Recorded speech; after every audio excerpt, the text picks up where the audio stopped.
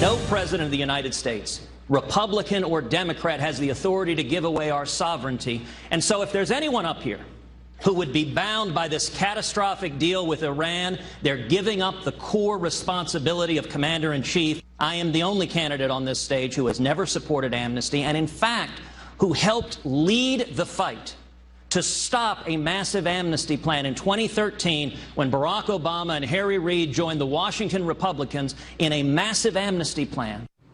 That was 2016. Presidential candidate Texas Senator Ted Cruz at last night's GOP presidential debate. He joins us now. Senator, good to see you. I want to get into this because I agree with you. I think there's a reason that we have insurgent candidates at the top. Donald Trump, Carly Fiorina, Ben Carson, and you. I would view you as the insider insurgent, if you will.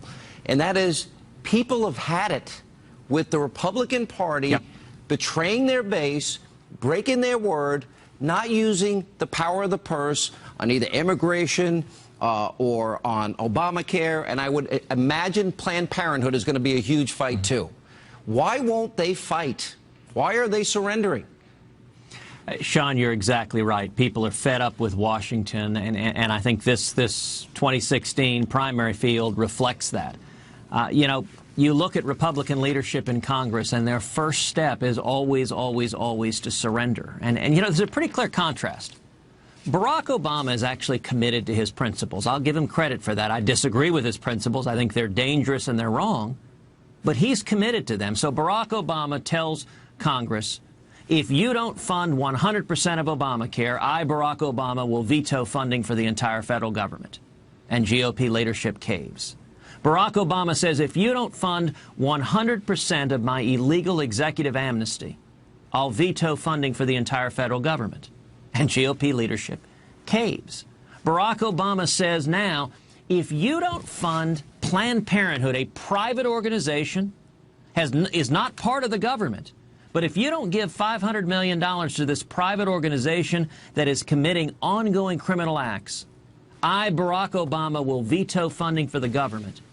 And the response from Republican leadership is they preemptively surrender. They say, we will not have a shutdown, which means they hand all decision-making authority to Barack Obama and to Harry Reid and Nancy Pelosi. That's why people are frustrated, and they're looking for leaders who don't just talk about it, but have a record of standing up to Washington, standing up to both Democrats, and this is critical, to members of our own party, to Republican leadership as well. Isn't another example, I mean, I never understood the Corker-Cardin bill.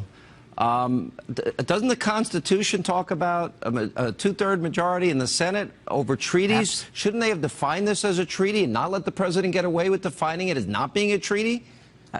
Absolutely, Sean. It made no sense. The Senate gave up our constitutional authority to ratify this as a treaty. And right now, leadership doesn't want to win this fight. We've had a series of show votes. But I laid out last week in a long letter to Leader McConnell and Speaker Boehner a plan of attack to actually win, to stop this Iran deal. Number one, for Republican leaders in both chambers to conclude that the president had not submitted the entire deal because he didn't hand over the side deals. There are a couple of side deals dealing with inspections. And under the terms of federal law, actually under Corker-Cardin, until the full deal is submitted and 60 days have expired, it's illegal for President Obama to lift the sanctions. Then why don't they do that? Why don't they enforce the law as it's written? And it very specifically says yes. Any other amendments or annex indicators in this thing? Why don't they hand over the whole deal? Then the clock starts. Because they don't want to win. Their sole object, they were grinning ear to ear because we had the votes this week, and the votes, the Democrats, by and large, all voted with Obama on this catastrophic Iranian deal, and Republicans voted against it. And from their view, okay, we've got a political show vote. That's all that matters. How about we use every constitutional power we have? And let me note right now, we're heading into a funding fight on September 30th.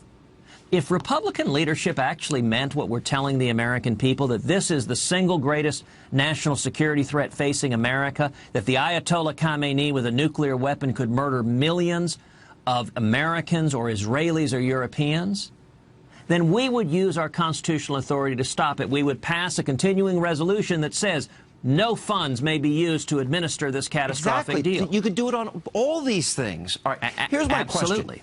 question. So I'm watching the WWE debate last night. You said this about it, you said that about it, and I find myself frustrated because I wanted to hear more from you. You did not get anywhere near the time of other candidates. I wanted to hear more from Marco Rubio, more from maybe Scott Walker, who got probably the least amount of time. What is your reaction to, do you think this is a helpful process? Would you do it differently?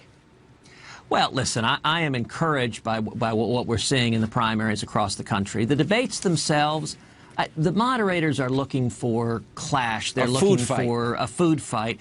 They're trying to turn it into Jerry Springer. I mean, I really was waiting to see if they would get someone to actually pick up a chair and throw it. I was waiting for a chair to go flying. Here's what I want. How do you are viewed as an insurging candidate? Mm-hmm. How do you break through to that now top tier as you sit in the second tier right below in the top four? Well, you know, we're right now, nationally, we're polling number 4 nationally. I'm number 3 in Iowa. We're polling near the top in both New Hampshire and South Carolina. You know, our focus is very much playing the long game.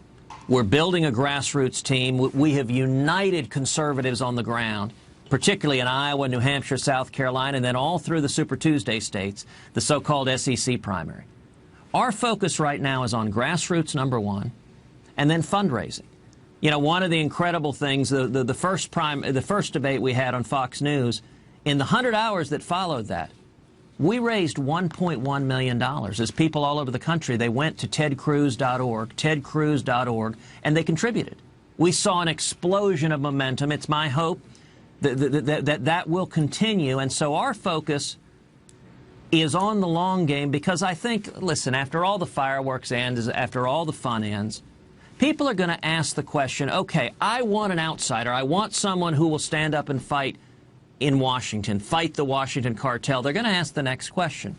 Who actually has stood up and fought the Washington cartel? And I think when it comes to record, there's a clear difference between campaign conservatives who suddenly discover they're against Planned Parenthood when they're running for president and a consistent conservative who's been standing and fighting the fight. You know, when the Gang of Eight was being pushed, when Marco Rubio and a number of others were pushing the Gang of Eight, I stood shoulder to shoulder with Jeff Sessions leading the fight to defeat amnesty. And if you look at the other folks on that stage, none of them were there as part of that fight leading the fight to stop amnesty. So now they say they're against it. But when the fight was happening, when they had an opportunity to take on the Washington cartel, they didn't step up to the plate. And I think that's what primary voters are looking for, is someone they can trust, a consistent conservative, the same yesterday, today, and tomorrow. I hope I'm wrong, but I predict on the 2 issues we were discussing earlier, Planned Parenthood funding and on the conditions for the release of funds to Iran, I don't think they're going to make it. I think they're going to cave. And I think this is just going to fuel conservative anger, justifiable anger in my view. But, Senator, good to see you. Thank you so much for taking time to be with us.